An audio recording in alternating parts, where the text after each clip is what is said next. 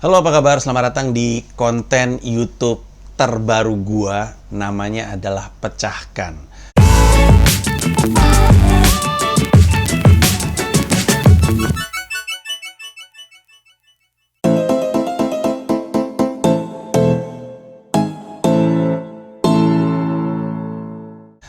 Jadi sebelumnya biasanya kan gue suka bikin konten-konten yang ngajar stand up tuh, biasanya sharing sama komunitas, terus buka tanya jawab, terus mereka nanya, gue jawab, potongannya gue jadiin video klip di YouTube untuk dinikmati banyak orang.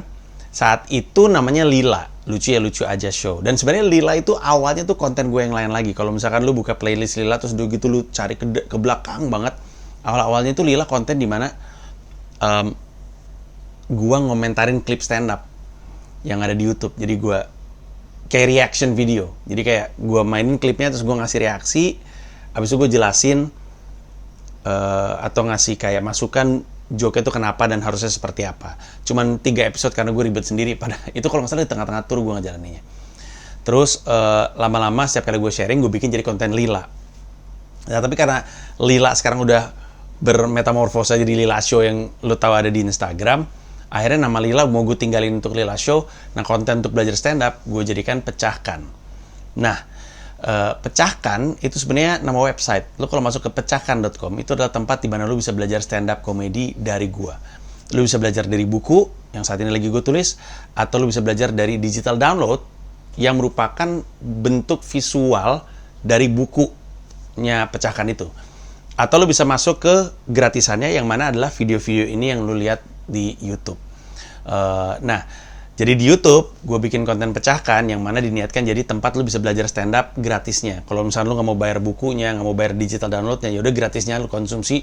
Toh videonya banyak dan mencakup banyak sekali topik ke depannya juga. Nah, untuk video ini topik-topik yang akan gue bahas per video Pecahkan itu datang dari pertanyaan yang gue kumpulkan di Instagram. Dan pertanyaan kali ini cocok untuk ngebuka episode pertama dari Pecahkan.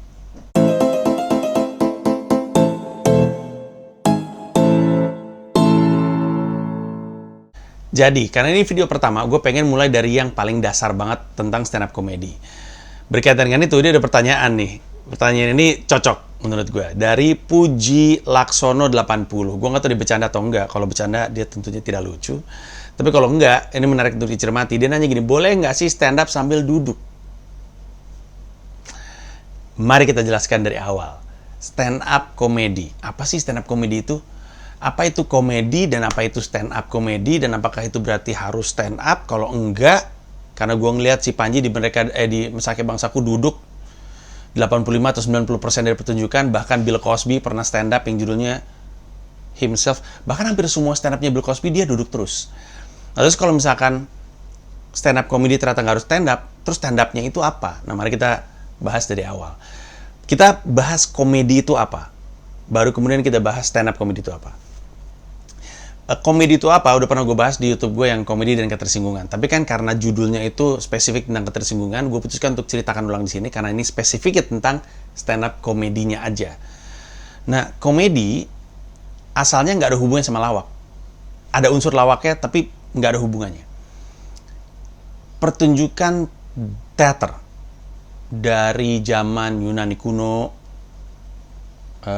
itu hanya dikenal, classical theater ya, hanya dikenal ada 2 genre.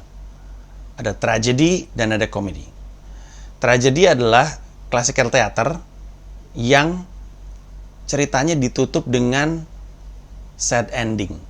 Ini simplifikasi, oversimplifikasi, tapi kurang lebihnya kayak gitu. Jadi tragedi itu adalah classical theater yang biasanya sedih dan berujung dengan kematian, atau setidaknya sad ending, nggak happy ending aja. Komedi sebaliknya adalah classical theater yang ditutup dengan happy ending. Nah, biasanya salah satu ciri-cirinya dari komedi adalah ada nyanyian yang riang, ada tarian yang seru, yang upbeat, dan ada bercandaan, ada hinaan, ada jatuh-jatuhan, dan segala macam ya, berbagai macam ragam. Yang mana kalau misalkan di classical theater yang tragedy itu juga ada musik, tapi lebih ke sonnets atau lebih ke ballads. Terus ada tari tapi mungkin lebih ke performance art yang lebih pelan temponya, lebih mendayu-dayu, lebih dramatis. Dan pada awalnya itu. Jadi ketika zaman dulu, ketika orang bilang, saya menonton teater nih, menonton apa? Menonton komedi. Itu berarti dia menonton sesuatu yang akhirnya bahagia, happy ending. Shakespeare terkenal dengan karya tragedinya yaitu Romeo and Juliet. Tapi Shakespeare juga punya banyak karya komedi. Salah satunya adalah As You Like It. Bahkan lebih buat gue ya, gue lebih senang As You Like It daripada nanti lu cari baca-baca sendiri aja deh, bisa lu cari di YouTube atau di internet. As You Like It itu lebih ke happy ending, dan kalau gue nggak salah ingat karakter utama itu Jester, badut penghibur raja. Tapi intinya kayak gitu. Jadi intinya pada awalnya komedi itu nggak seperti sekarang. Tapi kemudian kelihatannya dia mengalami pergeseran makna sampai ke sekarang. Sehingga gua memaknainya. Kenapa gua? Karena setiap orang kalau lu buka definition comedy itu beda-beda. Setiap orang tuh punya definisi masing-masing. Tapi gua kalau ditanya sama orang, cara gua gampang jelasinnya adalah komedi itu adalah pertunjukan yang mengambil potongan kehidupan dan didesain untuk bikin orang ketawa. Karena kalau kita tarik mundur ke komedi dari zaman classical theater, dia adalah pertunjukan, maksudnya ditonton orang. Cuman zaman sekarang pertunjukannya bisa di YouTube, pertunjukannya bisa digital, pertunjukannya bisa di TV, pertunjukannya bisa di TV dalam bentuk live performance, atau bisa dalam bentuk atau live on tape ya, kayak misalkan gue dulu ikutan ngelenongnyo atau komedi Betawi, atau ngelenong rumpi. Lenong rumpi itu mungkin live on tape. Ada juga yang sebutnya sitcom yang bentuknya syutingan gitu, kayak Friends dan mungkin Sex and the City dan How I Met Your Mother gitu-gitu. Itu sitcom bentuknya. Tapi bagaimanapun tetap pertunjukan. Jadi itu bukan kejadian nyata, sebuah pertunjukan. Nah, pertunjukan tentang kehidupan, karena kan classical theater itu juga ada cerita, ada slice of life, ada potongan kehidupan yang dipotret dan diolah dalam bentuk pertunjukan itu tersebut.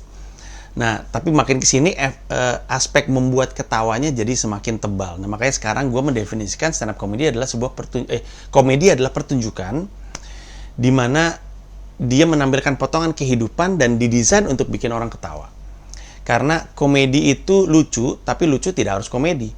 Kayak kalau misalnya lu misalnya contoh yang paling sering gue pakai adalah misalkan ada bayi atau balita lu ciluk ba, dia kan ketawa, tapi kan yang melakukan kan bukan komedi walaupun lucu.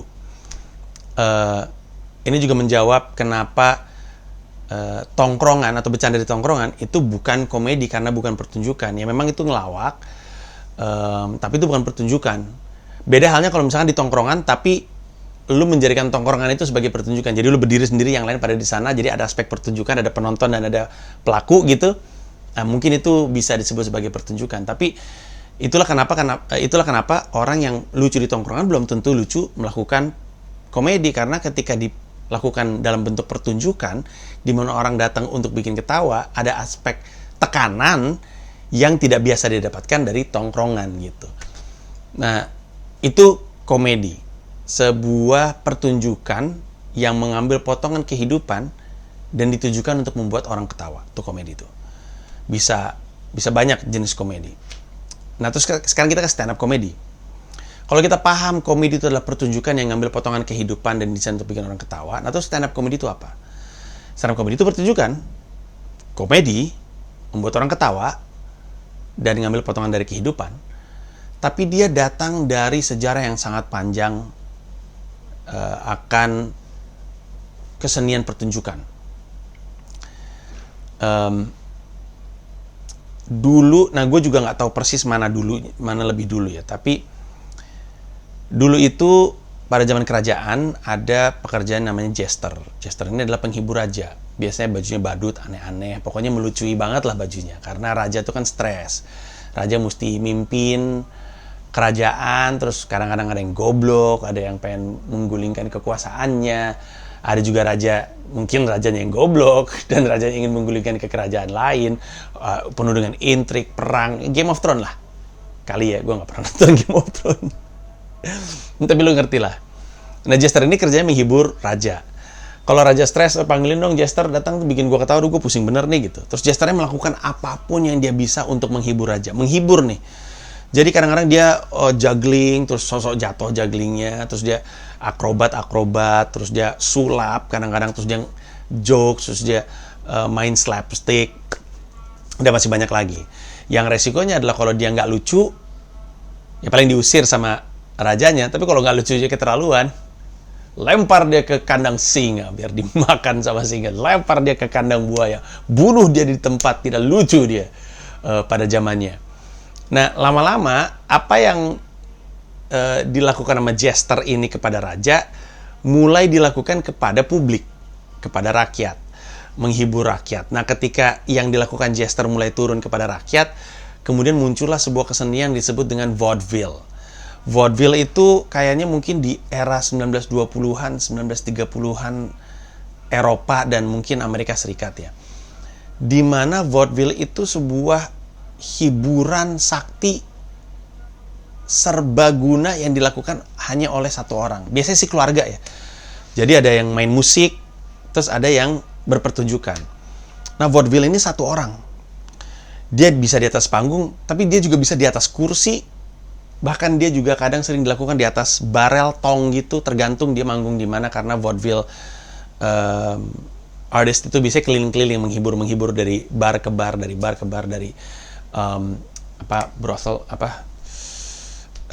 rumah bordil ke rumah bordil untuk menghibur gitu. Nah, yang dilakukan sama vaudeville ini mirip yang dilakukan sama jester. Jadi mereka sulap, nyanyi, dan suaranya bagus-bagus. Terus dia atraksi. Pokoknya satu paket hiburan serbaguna dalam satu orang. Itu vaudeville. Nah, kita sekarang udah kenal sama jenis pertunjukan di mana satu orang menghibur dengan apapun yang dia punya. Kemudian dia geser ke kayaknya mungkin ketika di prediksi gue ya, ketika ekonomi makin membaik, satu pertunjukan itu bisa punya beberapa seniman vaudeville, dan beberapa seniman vaudeville ini kemudian diperkenalkan oleh seorang MC. Nah, ini mulai dekat sama stand up comedy. Mulailah dikenal seseorang dengan nama Bob Hope. Bob Hope itu adalah MC yang biasa memperkenalkan vaudeville. Dia bahkan juga dikenal, kalau gue nggak salah ya, suka bawain acara kayak gong show gitu, talent show. Nah, yang Bob Hope lakukan antar pertunjukan itu adalah akar dari apa yang dikenal kemudian sebagai stand up comedy. Bob Hope itu setiap kali ada yang manggung, dia muncul, ya itulah tadi tuh, terus dibahas, aneh banget tuh orangnya, masa dia gini, ketawa. Terus tadi gue perhatiin, dia nyanyi gini, padahal kan dia gini, ketawa. Jadi awalnya tuh dari MC memang, dari nge-MC ini si Bob Hope itu. Terus nanti, oke, orang yang berikut ini dia datang dari Chicago, seperti yang kita tahu, Chicago kan penuh dengan ini, duar. Dan tapi dia orangnya kecil, jadi mungkin dia ini duar. Jadi udah ngoceh, terus menghibur si Bob Hope ini. Karena bercandaan yang dilempar dalam rangka nganterin satu pertunjukan ke pertunjukan yang lainnya. Lama-lama Bob Hope diminta untuk ngelakuin itu doang. Jadi dibayar hanya untuk ngelakuin itu, untuk ngomentarin. Si ini payah ya, si presiden kita tuh kayak gini, si menteri kayak gini, wali kota gini. Nah, si Bob Hope itu sampai diajak terbang dari kota ke kota untuk melakukan itu. Bahkan ini terkenal sekali. Bob Hope itu kalau mendarat di sebuah kota, dia minta sama krunya, tolong siapin gua 3 koran nasional dan 3 koran lokal kalau gua nggak salah. Tapi intinya dia butuh koran, terutama koran lokal. Untuk ketika dia mendarat situ, dia harus tahu ada berita apa di kota ini, siapa sih pejabatnya, siapa sih nama orang yang lagi terkenal di kota ini. Dia baca tuh, dia riset, dia kumpulin, kemudian dia jadiin bahan. Selamat datang di acara saya, terima kasih udah ngundang saya ke kota ini. Saya dengar di kota ini kemarin ada kejadian ini ya, aneh banget tuh kejadian, masa dar ketawa. Abis itu reaksinya wali kota terhadap kejadian itu, dia bilang padahal kan duar ketawa. Terus saja sampai Bob Hope itu melakukan itu ke tentara-tentara yang lagi perang waktu itu, perang dunia kedua kalau gue nggak salah. Dan dari situ di tahun 30-an, 40-an, orang yang kemudian katanya membawa apa yang Bob Hope lakukan jadi semakin luas adalah orang yang dikenal sebagai bapaknya insult comedy, yaitu Don Rickles. Don Rickles ini pelawak intinya. Dan komik yang mungkin stand up comedian juga. Walaupun gue nggak tahu namanya udah stand up comedian atau belum ya pada saat itu. Tapi Don Rickles ini pelawak, sendirian di atas panggung. Komedi itu datang dari menghina. Agak mirip dari apa yang Bob Hope lakukan. Tapi Don Rickles lebih liar bercandanya. Dan Don Rickles punya persona dan kemampuan dan ini ya, pembawaan di atas panggung yang begitu unik sehingga orang dihina dia nggak tersinggung, bahkan orang minta dihina, orang bayar untuk nonton berharap dia dihina sama Don Rickles. Don Rickles ini terkenal di era yang sama dengan Frank Sinatra di Amerika Serikat. Mereka sahabatan. Ini cerita Don Rickles dan Frank Sinatra favorit gue. Don Rickles kan, jadi Frank Sinatra sama Don Rickles kenal karena mereka sering manggung bareng, dan yang sering nanggap mereka itu mafia. Mafia itu suka banget sama Frank Sinatra, bahkan ada gue ada bukunya di situ. Ada teori bahwa yang membantu karirnya Frank Sinatra meledak dibandingin yang lain, karena dia ada di era Sammy Davis Jr., tapi dia kulit hitam dan Yahudi ya, jadi susah banget ngangkatnya. Abis itu ada Dean Martin yang lebih ganteng sebenarnya, tapi Sinatra lebih naik namanya. Terus ada Nat King Cole juga, tapi Nat King Cole juga suara nih dibandingin yang tadi, Nat King Cole flat terbaik menurut gue. Tapi Frank Sinatra karirnya lebih naik. Banyak yang curiga dibantu sama mafia yang suka sama dia, dibukain jalannya. Mafia kan suka gitu, lu sutradara kan, Sinatra dong main di film lu, mau nggak? Mau nggak? Gitu. Dan terus pada zaman yang sama, kalau misalkan yang menyanyi Frank Sinatra, yang ngelawak tuh Don Rickles. Nah, jadi mereka temenan.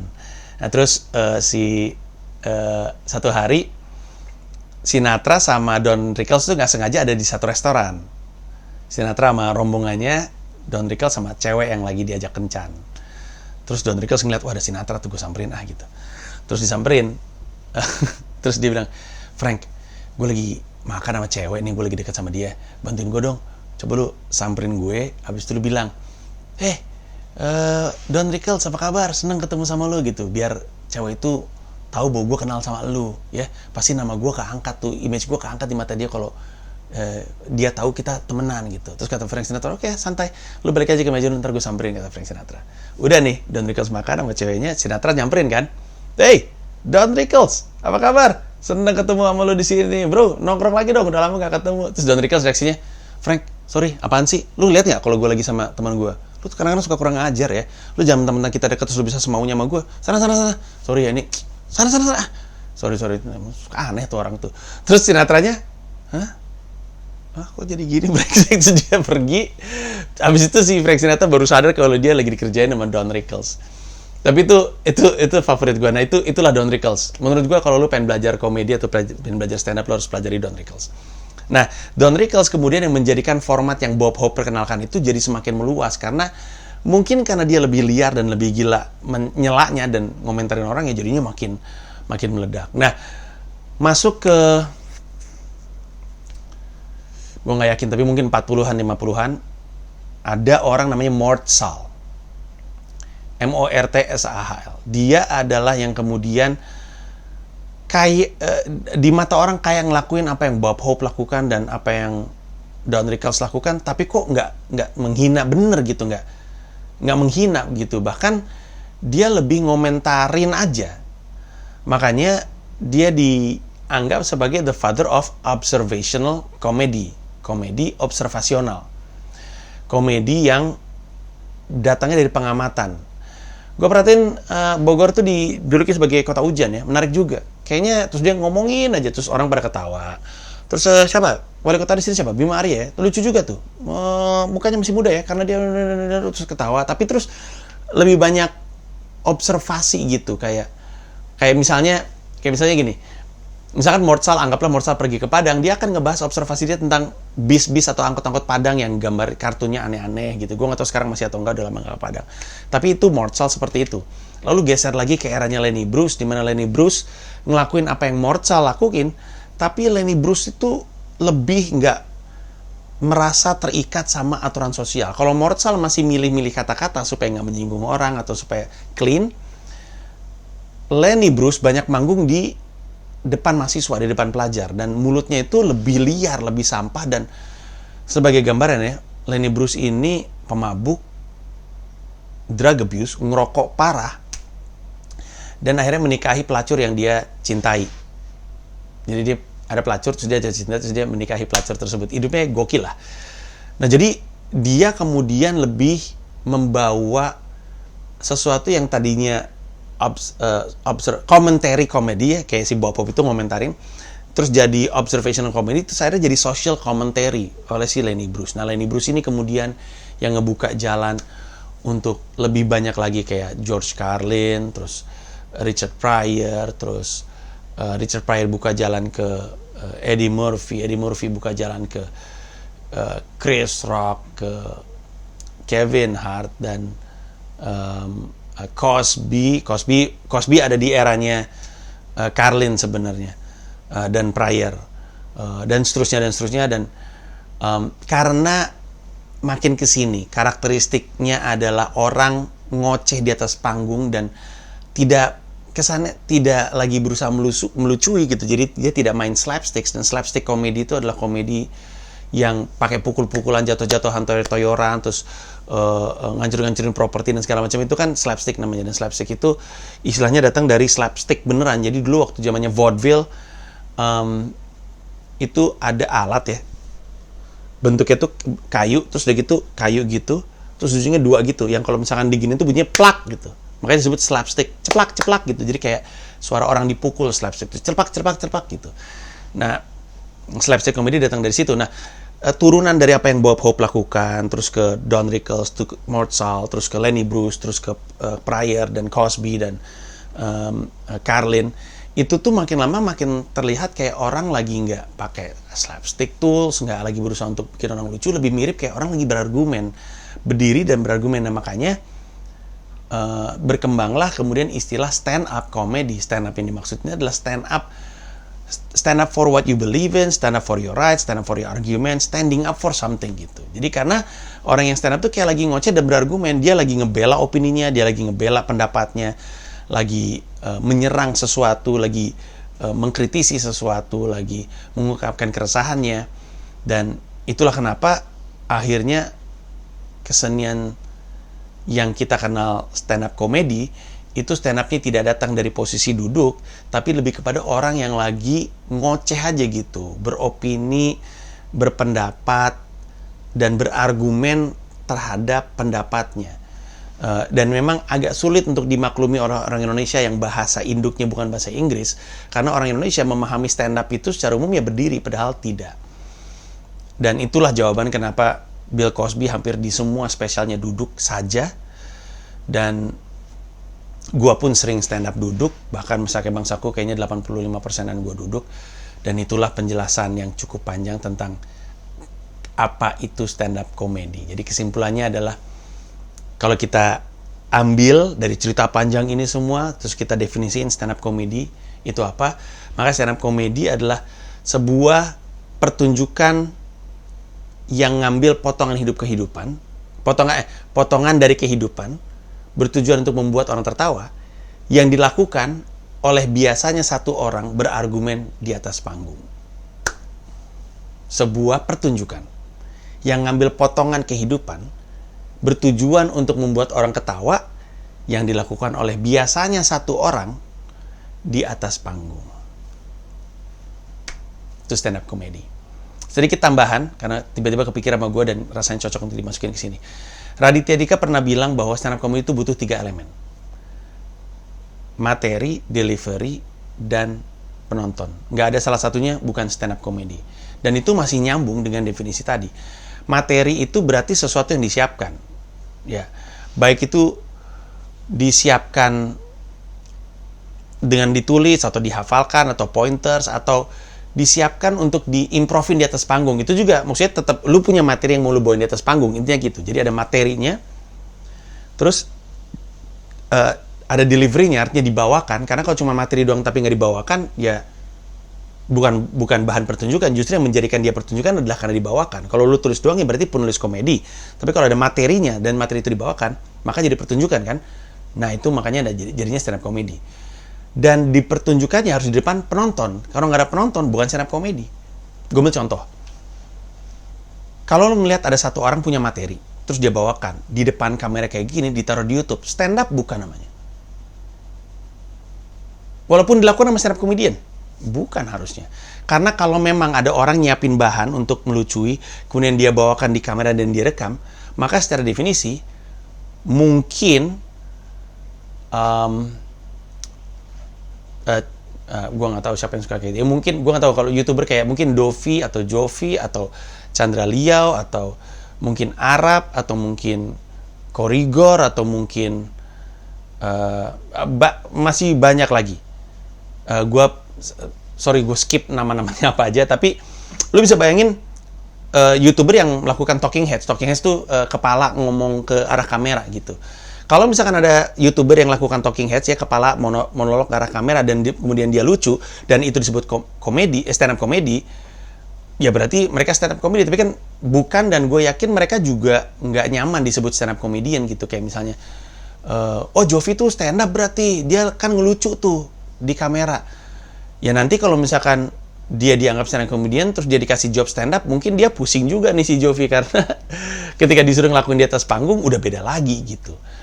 Sama kayak misalkan, Mas Panji stand up di radio dong.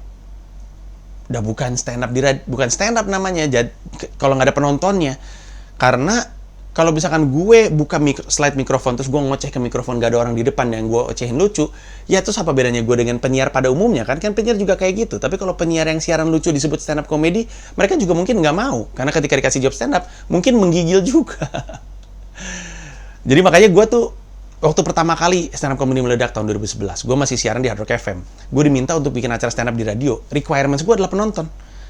Mungkin ada yang masih ingat, ada beberapa komedian angkatan-angkatan pertama stand up Indo itu pernah ikutan acara stand up di Hard Rock FM. Dan mereka pasti ingat di depannya ada penonton. Gitu, makanya dibutuhkan 3 itu. Kalau kata Radit, penonton, materi, dan delivery. Nggak ada salah satu, nggak jadi. Ada penonton, dia mau delivery, nggak ada yang materi, apa yang mau dibawain? Ada materi, ada penonton, nggak di delivery, ya bukan pertunjukan.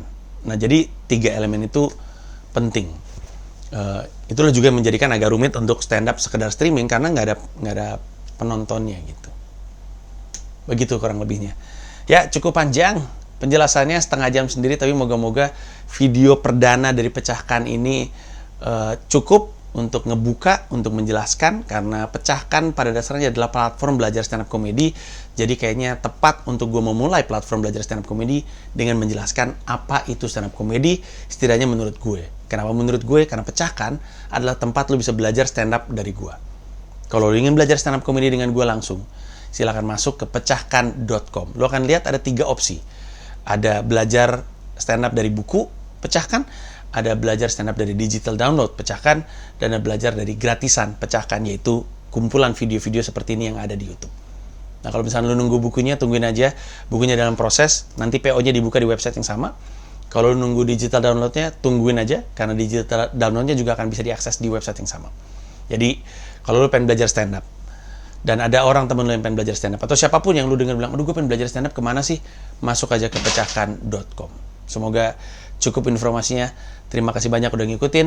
Sampai ketemu di video Pecahkan berikutnya, dan sampai ketemu di pecahkan.com. Thank you.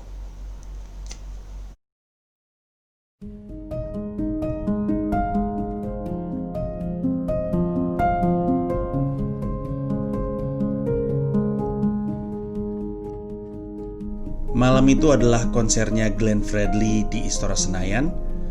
Gua membuka konser tersebut dengan stand up, pecah. Lalu mulai malam itu gue memastikan untuk mengejar cita-cita gue sejak pertama kali stand up di tahun 2010. Gue harus punya pertunjukan di Istora Senayan, Jakarta. Dan sejak itu, semua usaha gue yang lo lihat, semua pertunjukan yang gue bikin adalah langkah demi langkah yang gue ambil supaya bisa terjadi, dan akhirnya terjadi tanggal 20 Desember 2020. Gue akan manggung di sebuah tempat di mana artis-artis dunia pernah mengisi. Maroon 5, Bruno Mars, Simply Red, Dan gue akan jadi pelawak pertama di sana. Dan gue minta ditemenin lu untuk duduk mengisi kursi-kursi ini.